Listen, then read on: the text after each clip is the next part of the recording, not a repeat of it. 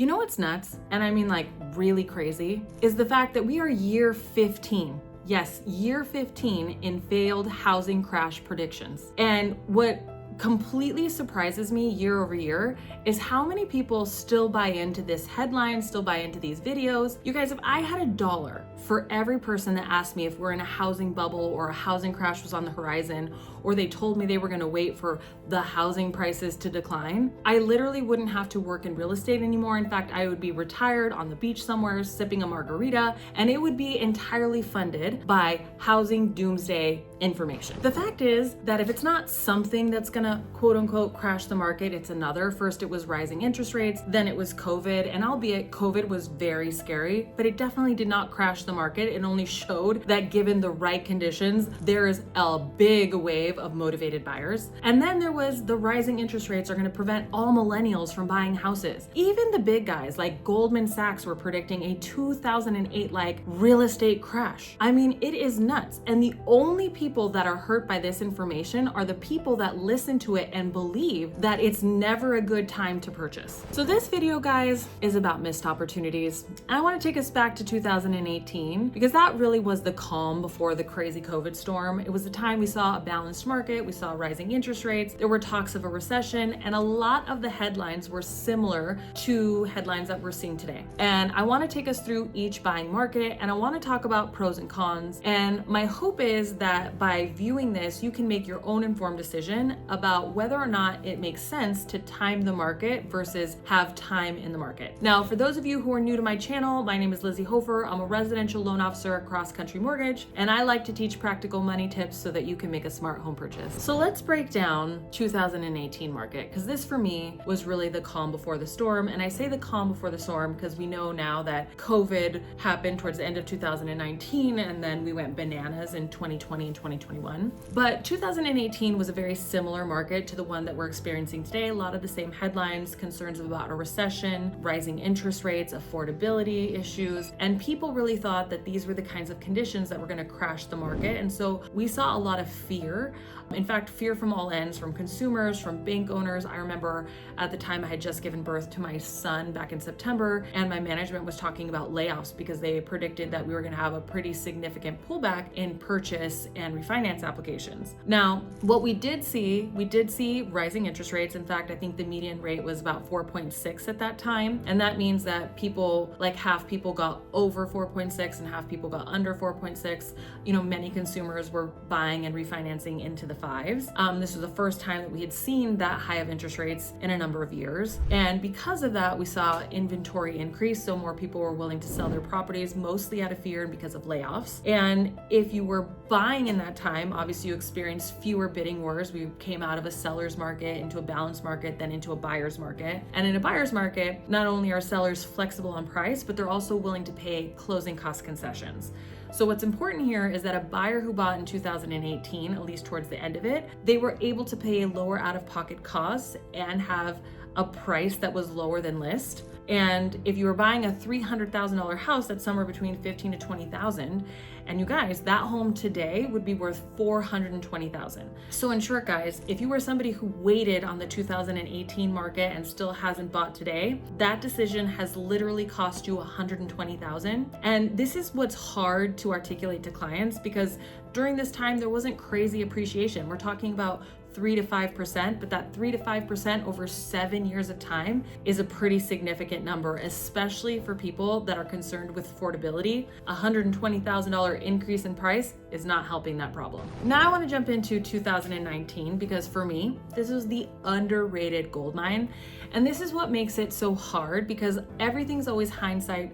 And you guys, hindsight is 2020. Nobody knew that this was going to be the best time to buy. And it was a sneaky good year. You guys, we had low rates, stable prices, and we had a decent amount of inventory with sellers that were also willing to help you pay your seller contributions, right? For closing costs and repairs. The pros of this market, interest rates dropped to a median of like 3.9%. And out-of-pocket expenses a little bit higher, right? Because, when conditions are better, you have more buyers. So we're seeing, 18 to 25,000. But let's say you were buying a home at the time at 325, right? That home today is worth 450. So congrats to everyone who bought in 2019, because you didn't see a significant rise in prices. You still got your closing costs paid for, and you got an interest rate under 4%. Now we're into 2020. 2020 probably gives most mortgage and real estate people PTSD. It was the biggest real estate whiplash I have ever experienced personally. The first 4 months, I worried whether or not I was going to have a job. In fact, there was moments, I think in April and May, when everything shut down before they said real estate was an essential employment, that I really had no idea what the future of real estate was going to have. And people didn't have to pay their mortgages, they weren't going to work. And so if there were ever an environment to crash real estate, it's this one. But instead, the government came in big time. They dropped interest rates to historical lows. Median at the time was about 2.65%. And so that brought ultra low payments, which brought a wave of buyers into the marketplace that might not have qualified until later. And we saw demand pick up in such a way. There were bidding wars, people waiving appraisals, kissing goodbye to their inspections. Buying properties, fighting tooth and nail for homes they'd never even seen before. It's pretty interesting because when you look back and you see that, the people were paying anywhere between $20,000 and $50,000 over asking, and you see that the out-of-pocket expense was more than $30,000, and this is like between appraisal gaps, waived repairs, no seller contributions.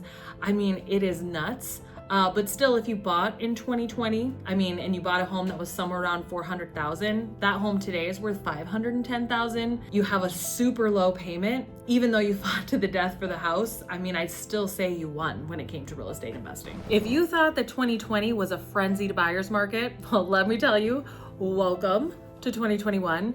We're talking about 25 offers per house, open house lines that literally could compete with the best Black Friday sales. It was nuts. You still had very low interest rates, right around 3%, but you were paying easily $35,000 plus out the gate. You're still sitting on some serious equity, but you guys, there were no inspections, definitely paying over appraised value, no closing cost help. This was probably the most expensive time to buy your property, but still, if you bought in 2021, you're sitting on some serious equity. Now, 2022, this is maybe a questionable year when it comes to, was it a good time to buy? And for me, I would always answer that with, real estate is not a short-term investment. It's meant to be held over time, typically 5 to 10 years. And if you're willing to hold your property for 5 to 10 years, this investment will make sense. But 2022 is the year that I like to call the great rate shock. And interest rates went from 3% to 6.5% in a year, which is unheard of. And it was an emotional roller coaster. There were a lot of people definitely predicting a real estate crash. And this is when people really discovered the difference between market value and appraised value. So market value is what people are willing to pay for something to have it today. And appraised value is what something's worth historically via the last couple of months and years based on sales. And people were simply overpaying for properties in 2020 and 2021 because of the scarcity. And they weren't paying for what something was worth. And so you did see a retraction in what market price was, and people realizing the fact that maybe they were underwater for the first time than we had seen in more than a decade. There was a big sticker shock on payments.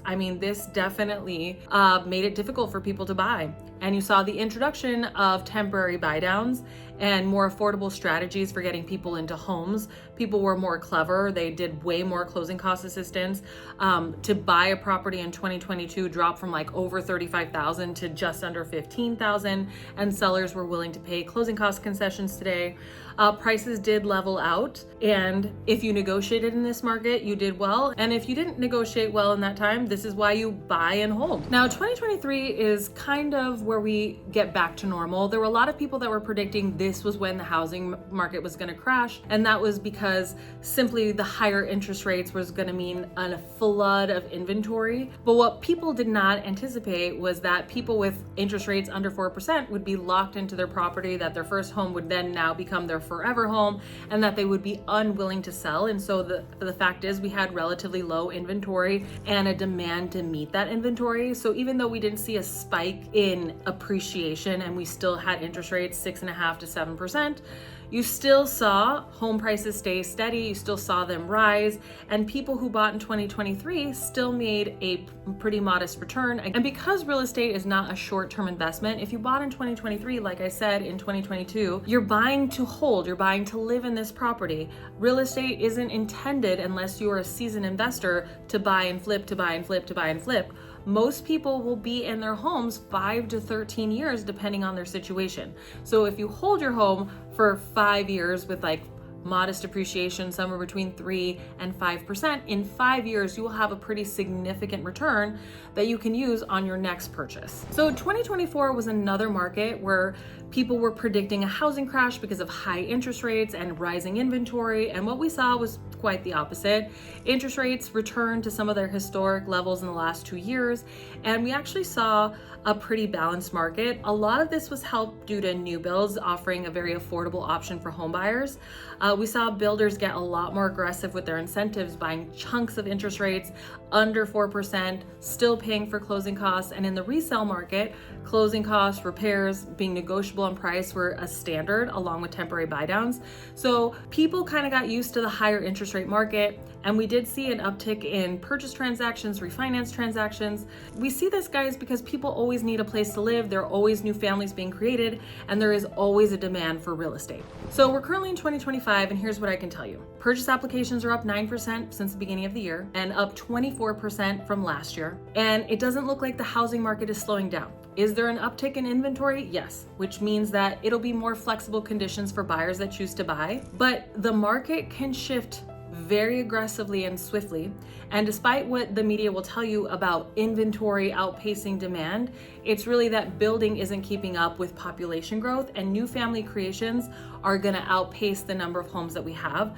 That's the data that we have today. Yes, are there increasing foreclosures? Yes, for historically low numbers, period, in history. Is there a rise in unemployment? Yes, and still relatively full employment for the country and rising incomes. People can still afford homes despite rising interest rates, and there is a demand. And so if there is a correction in interest rates, just know that more people will be able to re-enter the market. And just like you saw in 2020 and 2021, your negotiation power goes poof out the window. So just know that there are pros and cons with every single market, and those who buy and hold win, because real estate has stood the test of time.